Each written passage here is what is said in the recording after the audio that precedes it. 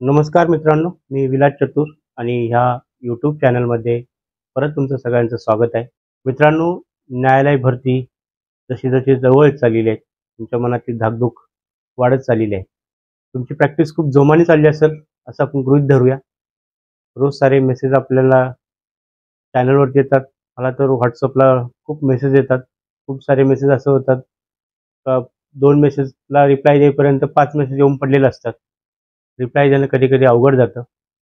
पण ठीक आहे, जसं-जसं मला वेळ मिळेल तसं-तसं तुम्हाला रिप्लाय देईल. तुम्हाला कॉल करत राहतो, तुमच्याशी बोलत राहतो. तुमच्या समस्या ऐकून घेत असतो आणि जेवढी माझ्याकडे माहिती आहे, माझ्या बुद्धीला जेवढी माझ्या साठवलेली आहे, ती मी तुमच्यापर्यंत पोहोचत असतो.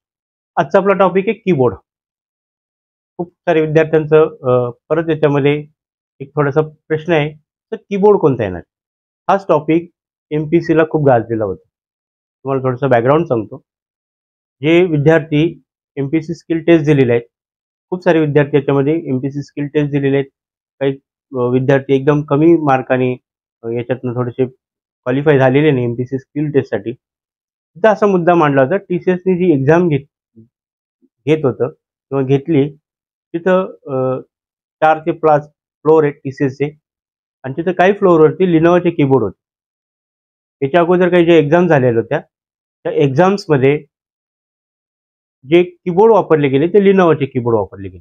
त्याच्यामुळं ज्या विद्यार्थ्यांनी एक्झाम झालेली होती, त्या विद्यार्थ्यांनी असं सांगितलं का बाबांनो एक्झामला ना लिनोवाचे कीबोर्ड येतात. मग माझ्यासारखी चॅनलवरती टाकली माहिती का टायपिंग टेस्टसाठी एम-पी-एस-सीच्या लिनोवाचे कीबोर्ड वापरा. हे सगळं लोन असं पसरत गेलं, ऑल ओव्हर महाराष्ट्रामध्ये लिनोवाच्या कीबोर्डचं शॉर्टेज झालं. जो कीबोर्ड सेकंड हँडमध्ये 200-250 रुपयाला भेटायचा, तो 700, 750, 800, 1000 पर्यंत गेला. शेवटच्या क्षणापर्यंत लिनोवाच्या कीबोर्डची ना मागणी होती. जोपर्यंत परीक्षा चालू होत नव्हती त्या दिवसापर्यंत. मार्केटमध्ये जे हार्डवेअर्सवाले आहेत, काही लोकांनी मला कॉल केला, "अरे बाबा असं काय झालं? लिनोवाच्या कीबोर्डचं एवढे का मागणी वाढली अचानक?" मग त्यांना सगळं समजून सांगितलं का असा-असा प्रकार झाला. काही लोकांनी त्याचा फायदा उचलला आणि ते कीबोर्ड महाग विकल्या गेले. आणि ज्या दिवशी एक्झाम झाली, पहिल्या दिवशी काहींना एसआरचे कीबोर्ड आले आणि काहींना लॉजिटेकचे कीबोर्ड आले आणि दुसऱ्या दिवसपासून टी-सी-एस कंपनीनी टोटली पूर्ण विद्यार्थ्यांना लॉजिटेकचे कीबोर्ड देऊन टाकले. ज्या विद्यार्थ्यांनी लिनोवाच्या हार्ड कीबोर्डवरती प्रॅक्टिस केली, त्यांना एकदम सॉफ्ट आणि मस्त कीबोर्ड दिले लॉजिटेक. आता हे सांगण्याचं कारण असं आहे, तर खूप विद्यार्थ्यांचं मत आजचाही प्रश्न तसंच आहे, आम्हाला कीबोर्ड कोणता येणार आहे? आता परत सांगतो की कीबोर्डमध्ये 2 प्रकार आहेत. जर तुम्ही कीबोर्ड जर बघितला जुन्या टाईपचा, तर तुम्हाला असं प्रकारचं एंटर बटन आहे. आणि जर तुम्ही नवीन कीबोर्ड बघितला, तर तुम्हाला जे एंटरचं बटन आहे ते स्ट्रेट आहे आणि हे बॅक स्पेसचं बटन आहे ना मोठं आहे. याचं एंटरचं बटन जर एल टाईप असेल, तर त्याचं बॅक स्पेसचं बटन छोटं असतं. हे 2 त्याच्यामधले मेन डिफरन्स आहे. काही विद्यार्थ्यांकडे असा कीबोर्ड असेल, तर काही विद्यार्थ्यांकडे असा कीबोर्ड असेल. हा कीबोर्ड कुठं तुम्हाला प्रॉब्लेमॅटिक आहे, तर आय-एस-एम सॉफ्टवेअरसाठी प्रॉब्लेमॅटिक आहे. पण कृतीदेवला या दोन्ही कीबोर्डमध्ये काही फरक पडत नाही. कारण आय-एस-एम मध्ये जो फुल स्टॉप आहे, याच्यासाठी तो इथे येतो आणि याच्यासाठी तो इथे येतो.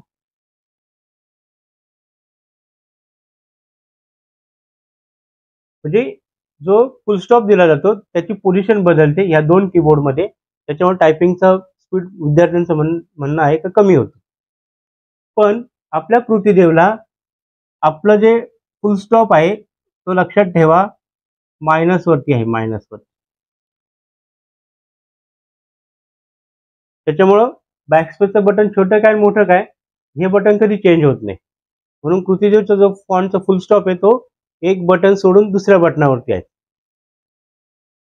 त्याच्यामुळे तुम्ही कोणताही कीबोर्ड वापरा, काही प्रॉब्लेम नाही. कीबोर्ड वापरताना तो सॉफ्ट असावा, टायपिंग करताना जास्त तुम्हाला हार्ड वाटला नाही पाहिजे.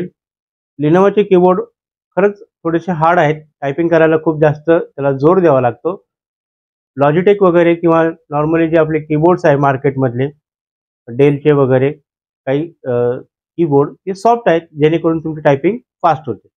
आता तुम्ही म्हणाल आम्हाला परीक्षेला कोणता कीबोर्ड येणार आहे? ही काहीच फिक्स सांगू शकत नाही की तुम्हाला कोणता कीबोर्ड येणार आहे. कारण तुमची परीक्षा कुठे होणार आहे, हेच जर फिक्स नाहीये, की कोणत्या कॉलेजला होणार आहे, कोणत्या आय-टी कॉलेजला होणार आहे, कोणत्या स्कूलच्या लॅबमध्ये होणार आहे किंवा कोर्टामध्ये होणार आहे. तिथं कोणत्या प्रकारचा कीबोर्ड वापरतोय किंवा ते वापरतात आणि ते सगळ्यांसाठी सारखेच असतील का? ते काही सांगता येणार नाही. त्यामुळं कीबोर्ड कोणता वापरावा, त्याची कोणत्या प्रॅक्टिस करताना कोणता कीबोर्ड घ्यावा, हा तुमच्यासाठी मुद्दा गौण आहे. याच्याकडे तुम्ही लक्ष देऊ नका. एक्झिस्टिंग जो कीबोर्ड आहे त्याच्यावरती तुम्ही प्रॅक्टिस करा. त्याच्यामुळं तुम्हाला कोणताही कीबोर्ड आला तरी काही प्रॉब्लेम येणार नाही. तुम्ही ती मानसिकता ठेवूच नका, की नाही मला माझं ह्याच कीबोर्डवरती फक्त माझा स्पीड येतो, बाकीच्या कीबोर्डवरती होत नाही. ही तुम्ही जर मानसिकता तयार केली तर मग तुम्हाला थोडंसं प्रॉब्लेम होऊ शकतो. पण तुम्ही मानसिकताच अशी ठेवा, ठीक आहे बाबा, कीबोर्ड हा माझ्यासाठी महत्त्वाचा नाही, मला टायपिंग येणं महत्त्वाचं आहे. खूप एकदम दुर्बीण लावून बघू नका. पण तुम्ही असं एकदम असं असं जर बघत असाल ना, तर मग तो थोडा प्रॉब्लेम होऊ शकतो. म्हणून कोणत्याही कीबोर्डवरती प्रॅक्टिस करा. परत हा प्रश्न विचारू नका, कसं प्रॅक्टिस करताना आम्ही कोणता कीबोर्ड वापरावा. आणि प्लीज लॅपटॉप जे विद्यार्थी यूज करतात, तर लॅपटॉपचा कीबोर्ड वापरू नका. लॅपटॉपचा कीबोर्ड सॉफ्ट असतो, तो टायपिंगला साजेसा नाही आहे. त्याचं थोडंसं लेआउट वेगळं असतं. त्यामुळे नॉर्मल तुम्ही एक्सटर्नल कीबोर्ड लावूनच प्रॅक्टिस करा. नाही तर तुमचा लॅपटॉपचा कीबोर्ड काही दिवसांनी बंद होईल आणि त्याला विनाकारण तुम्हाला खर्च करावा लागेल जास्त. त्यापेक्षा एक्सटर्नल कीबोर्ड तुम्हाला 200, 300, 400 रुपयामध्ये अवेलेबल्स आहे मार्केटमध्ये. तो कीबोर्ड लावून त्याच्यावर प्रॅक्टिस करा. कीबोर्ड घेताना तो की सॉफ्ट असणं आवश्यक आहे. थोडंसं टायपिंग करून बघा. जर सॉफ्ट कीबोर्ड असेल तर तो कीबोर्ड परचेस करा. त्याच्यावरची टायपिंगची प्रॅक्टिस करा. थोडाफार तुम्हाला स्पीड इन्क्रीज होण्याची चान्स आहे. अशाच नवीन नवीन माहितीमध्ये आपण परत भेटूया.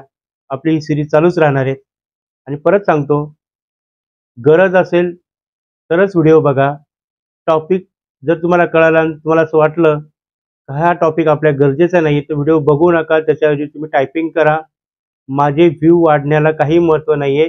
तुमचा एक सेकंद, एक मिनिट खूप महत्त्वाचं आहे. त्यामध्ये तुम्ही जर टायपिंग केली तर उद्या तुम्ही क्वालिफाय होऊ शकाल. तुम्ही एका चांगल्या पोस्टवरती बसू शकाल.